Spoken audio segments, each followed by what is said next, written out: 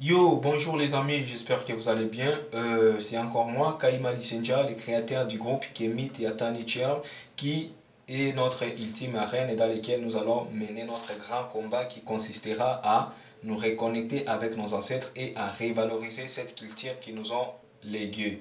Euh, je tiens surtout à vous dire, mes frères kémites, OTEP, conformément à cette langue qui nous a été aussi léguée par nos ancêtres. La dernière fois que je me suis présenté devant vous, c'était pour vous parler de la dimension que nos ancêtres attribuaient au nom, parce que c'est quelque chose de très important dans la vie d'un homme, dans la mesure où cela lui accompagne, dira toute sa vie sur la terre. Et ensuite, je vous avais dit que la prochaine fois que nous nous verrons, je serai là pour vous exposer la fameuse cérémonie de l'attribution du nom conformément à la tradition kémite qui est la mienne et aussi la vôtre. Sans plus tarder, nous allons attaquer ces points qui est très important et très important, je tiens à vous les rappeler.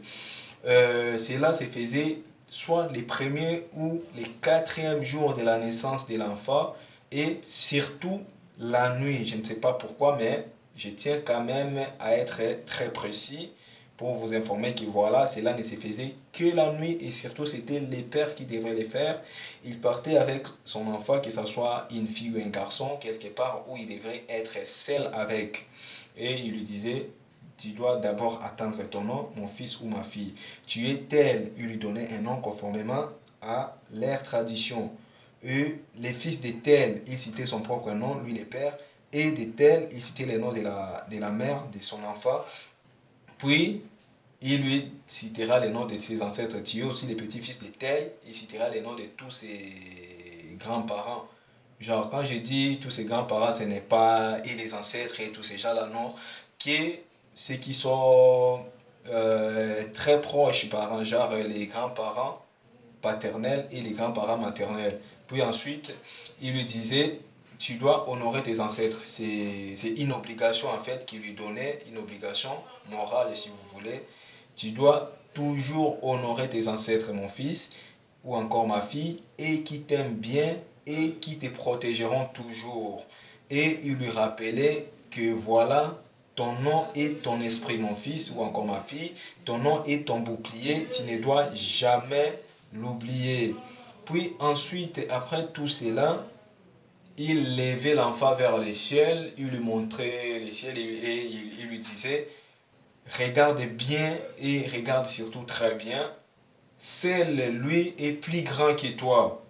Et il criait, Dieu est grand, Dieu est grand. Surtout, cela se faisait à sa langue maternelle. Puis après, cela s'est terminé, il rentrait avec l'enfant à la maison.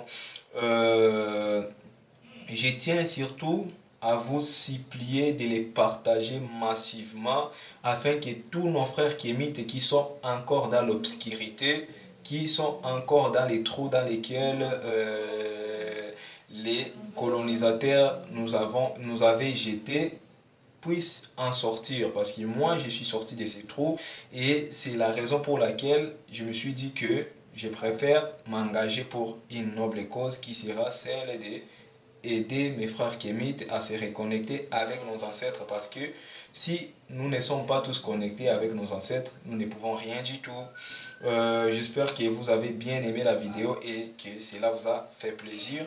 N'hésitez pas à me le dire dans vos commentaires et surtout partout où vous voyez des zones d'ombre, n'hésitez pas à poser vos questions et j'y répondrai. Surtout, n'oubliez pas de partager massivement pour attirer l'attention de nos frères kémites qui ne savent pas encore que nous nous sommes déjà engagés pour mener cet ultime combat, qu'ils le sachent et ceux qui voudront bien nous rejoindre, qu'ils viennent bien et nous sommes là, nous les accueillerons vraiment comme il se doit parce que à un moment donné, cela doit s'arrêter. On en a assez vraiment. Je vous remercie mes frères. Au revoir et à la prochaine pour une nouvelle vidéo.